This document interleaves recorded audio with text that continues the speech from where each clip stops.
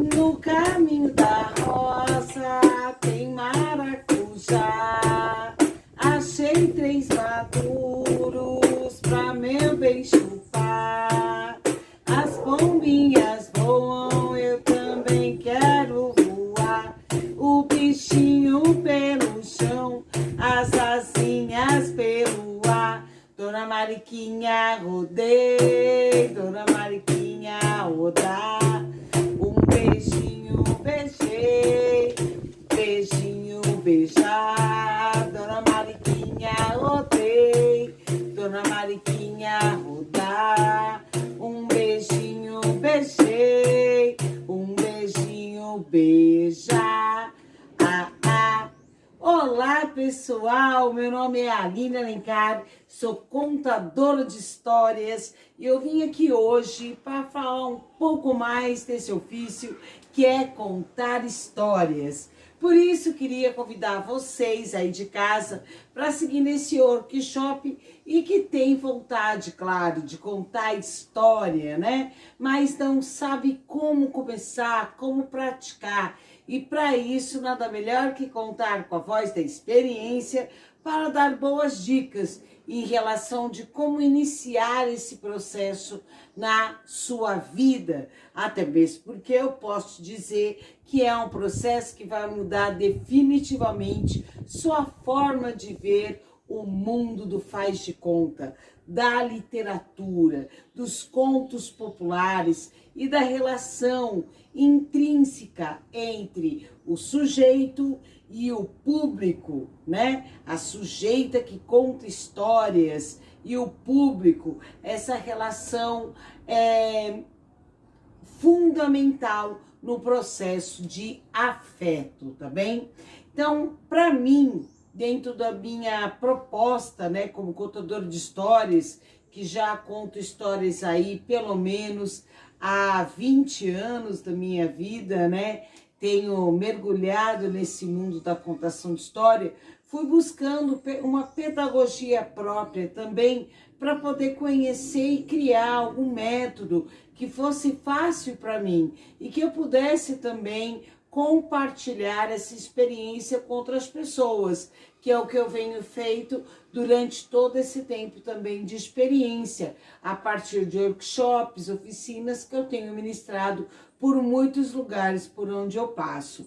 Então, a gente vai dividir em 2 módulos, tá bom? Esse workshop, que serão 2 módulos que vai ficar essa primeira parte, que é uma parte mais teórica, que eu vou passar expedientes necessários, que é importante a gente ter esse conhecimento, e outro momento do módulo 2, que é um momento mais prático, que de repente eu posso ajudar vocês também no quesito de repertório, como trabalhar o corpo, a voz e outras formas animadas também, que eu acho muito importante para o mundo da contação de história, tá bom? Então, bora lá e começar o nosso primeiro módulo, que o módulo 1 se chama Repertório e Linguagem. Bom, pessoal, quando a gente fala do módulo de repertório e linguagem, isso é fundamental para a gente entender que um contador de história, principalmente um contador como nós, que somos contadores e contadoras da cidade, do meio urbano, né? Não temos, ou até quem está assistindo, que seja um contador ou uma contadora tradicional de histórias, mas que necessitamos, diante do século XXI, o quê? De cartas na manga, para poder chamar a atenção, para poder fazer com que a história ela ainda seja algo lúdico, algo que possa envolver a criança, né? Ou ouvinte que seja, que possa ter o seu encanto. E como é que a gente vai se munir com isso, né? Então, quando eu falo de repertório, eu digo que qual é o teu repertório de histórias? O que você carrega dentro de você de conhecimento de histórias, né? Eu tenho, desde a minha infância, uma relação muito grande com os contos populares, com a literatura de cordel, tenho contato com as histórias dos sítios, da minha avó, então eu tô dentro desse universo. Eu cresci, assim, eu tenho na minha memória afetiva os clássicos infantis, ou as lendas, os mitos. Então, tudo isso, quando a gente fala de repertório, a gente está falando de gênero, o gênero poético, né? Que você tem mais afinidade. Isso não vai parar por aí, porque você pode ter uma afinidade com determinado gênero poético, né? Mas uma ligação mais afetuosa, mais de alma, mas também não te impede de conhecer outros gêneros também, né? Até desconhecidos pela gente, né? Por você, enfim. Então, assim, uma coisa que o contador de história tem que ter é uma pluralidade de gêneros, conhecer gêneros. E para isso vai necessitar o quê? Ter leitura. O contador de história tem que gostar de ler, tem que gostar de ouvir história, antes de contar história. Porque quanto mais repertório ele tiver, mais domínio ele vai ter sobre aquilo que ele faz. Então o repertório são esses gêneros literários, por exemplo, poesia, contos de fada, fábulas, lendas, mitos, causos, cordéis, né? E aí a gente, quanto mais conhecimento a gente tiver nesse universo do repertório, mais a gente tem como explorar o que é genuíno dele, né? Porque uma coisa que eu aprendi muito no mundo da contação de história é o fato da gente poder ter um conhecimento ligado realmente com a palavra. A palavra, ela tem a sua vez. A palavra, ela não pode ser perdida. Mesmo que a palavra, por exemplo, ela esteja dentro de um aspecto que é a brincadeira, que é quando o contador de história, ele brinca de contar a história. Mesmo assim, a palavra, ela é valorizada, né? Ela precisa ainda ser muito valorizada. Então, é muito importante ter esse pensamento.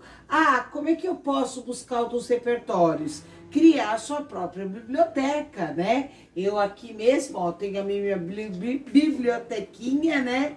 Do projeto aqui que eu faço parte, e que dentro desses livros aqui que eu busco, são histórias de tudo quanto é jeito, histórias afetivas, histórias amorosas, histórias interativas, que é onde o autor faz com que o público participe da história.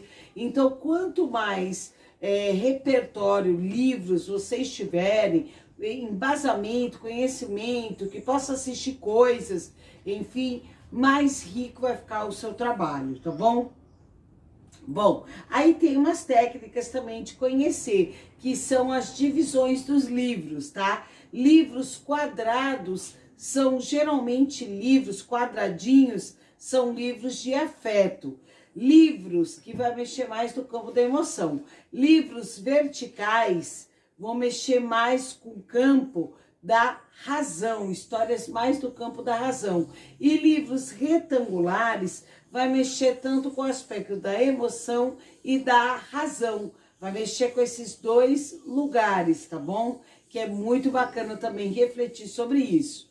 Bom, e aí, gente, falando sobre a linguagem, né? A linguagem é como eu vou fazer a minha mediação. Qual é a linguagem que eu vou utilizar? E aí muitos esbarram na linguagem. Como esbarra às vezes no repertório, porque às vezes o contador de história ou aquela pessoa que tem a vontade de contar história tem um repertório muito pequeno, muito empobrecido, né? Tem, por exemplo, contadores de história que nunca leu poesia, né? E poesia, por exemplo, é um gênero, gente, que a gente tem que aproveitar muito para trazer no nosso país. Porque é um país de grandes poetas e poetisas, mas a gente quase não vê ninguém falando assim, ó, peraí que eu vou ali essa noite, vou baixar um livro de poesia para ler. Ninguém faz isso, né? Poesia não é um gênero que as pessoas têm no dia a dia. Você pergunta, qual é o poeta que você mais gosta, né? No Brasil, as pessoas têm pouca afinidade com a poesia. Mesmo às vezes ouvindo música, e aquela música seja carregada de poética, carregada de poesia, né? Mas ainda não associa que a poesia é o campo fundamental da arte, porque a arte ela é poesia, a arte é poética, que é o que é poesia? O tropeço da palavra, né? O sujeito não vai falar que é a poesia, que o lápis é lápis, né? O poeta vai falar que é um fazedor de palavras ou de letras, né? Então tá aí o campo da poesia, né? E tem tantos poetas maravilhosos do Brasil que a gente pudesse falar mais deles, né? Manuel de Barros, Mário Quintana, aqui na Paraíba temos Augusto dos Anjos, temos tantas poetisas, poetas maravilhosos, tem uma que eu amo também, que é a Cora Coralina, que tem histórias lindas, lindas, lindas, sabe? Que faz a gente acessar aquele lugar, que é o lugar da simplicidade da vida, e a gente começa a perceber, caramba, como tudo às vezes pode ser poesia, né? Então, voltando à linguagem, e a linguagem está nesse lugar, às vezes a gente não explora linguagens como em repertório, que a gente poderia explorar. Então, a linguagem é como eu conto a história. Como é que eu posso contar uma história? Aí que as pessoas barram, porque falam, meu Deus do céu, que habilidade que eu tenho. Então, o primeiro passo é o quê? Conhecer a habilidade que você tem. Qual é a melhor habilidade que você tem para contar uma história? Eu tenho a habilidade da retórica. Eu falo, eu gosto de falar, gosto de falar muito bem, então eu procuro trabalhar minha dicção, o meu envolvimento, o olho no olho. Comigo tá a palavra, contadores que só senta e só de abrir a boca e começar a falar, você já imagina toda a história, né, acontecendo. E eu, quando comecei a contar a história, eu tive essa experiência, que foi uma oficina que eu participei, que o contador de história, ele era esse contador mesmo, típico, de sentar sem nada e contar a história. E você visualizar a história inteira, falar, meu Deus, como é possível, né? Mas a gente vai o quê? Buscando dentro da gente qual é a nossa melhor habilidade. Então, a gente pode trabalhar com o quê? Com histórias dramatizadas, que é quando eu pego o roteiro da história, crio o roteiro da história e dramatizo as falas dos personagens, criando a voz do personagem, né? Criando a voz do narrador. Então eu divido as vozes, aí o corpo tá junto também. Então é meio teatral, chega a ser teatral a contação de história, né? Posso brincar de fazer a história com o quê? Utilizando bonecos? Por que não, né? Também, já que os bonecos estão aí presentes também dentro da cultura popular, desde o mamulengo, desde as tradições mais antigas de bonecos, né? Eu gosto muito de trabalhar com boneco, acho que o boneco ajuda principalmente em algumas contações quando as crianças são muito pequenas e elas precisam ter o concreto para poder imaginar. Não basta ter só a palavra, porque a palavra é que ainda já tem muito repertório na cabeça de que sabe o que é um castelo, sabe o que é um príncipe, sabe o que é uma cavalaria, o tempo medieval, que já são os maiores, né, que já conseguem buscar essa imagem na cabeça. Quando é muito pequenininho, ainda não tem. Então, quando você traz um boneco, quando você traz um elemento que pode facilitar, não é verdade? Eu também acho, eu adoro participar dessas histórias quando tem a participação de bonecos e, claro, de bonecas. Muito bem, não é? Então faz com que a criança ainda imagine muito mais. Quanto menor for, mais elementos visuais a gente trouxer, mais vai ficar rico o nosso trabalho, tá bom, gente? Pode ser histórias musicadas, por que não trazer, né, essa ideia de transformar a história num musical, ou trazer mesmo as cantigas populares antigas, né, e trazer para o contexto da história. Então eu posso pegar uma história, uma música das antigas e transformar ela de repente, né, uma cantiga de roda numa história, né? Olha, gente, eu conheço, por exemplo, um sujeito que era um maestro, que era o seu Serafim. Sim, o seu Serafim. E ele queria muito participar de uma orquestra. Ele entrou aí para uma escola de música, estudou vários instrumentos, estudou o violão. Como é que faz o violão? Ele já aproveita, faz aquela história interativa, né? Fazendo com que o público participe.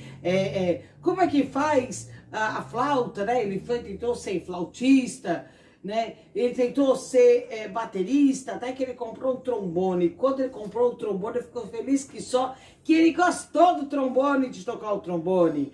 E aí ele virou um trombonista. E aí, quando ele foi tocar na primeira apresentação dele, gente, aconteceu um fato. E esse fato tá nessa música, quer ver? Todo domingo havia banda no coreto do Marfim. E lá de longe a gente ouvia a tuba do Serafim. Porém um dia entrou um gato na tuba do Serafim. E o resultado dessa melódia foi que a tuba tocou assim. Pom, pom, pom, miau. Pom, pom, pom, pom, miau. Pom, pom, pom, miau. Pom, pom, pom, pom. E aí por diante, né? Que nem aquela história também, A Festa no Céu, que é uma história que todo mundo gosta. E que dá para fechar aquela história também com o sapo não lava o pé, não lava porque não quer.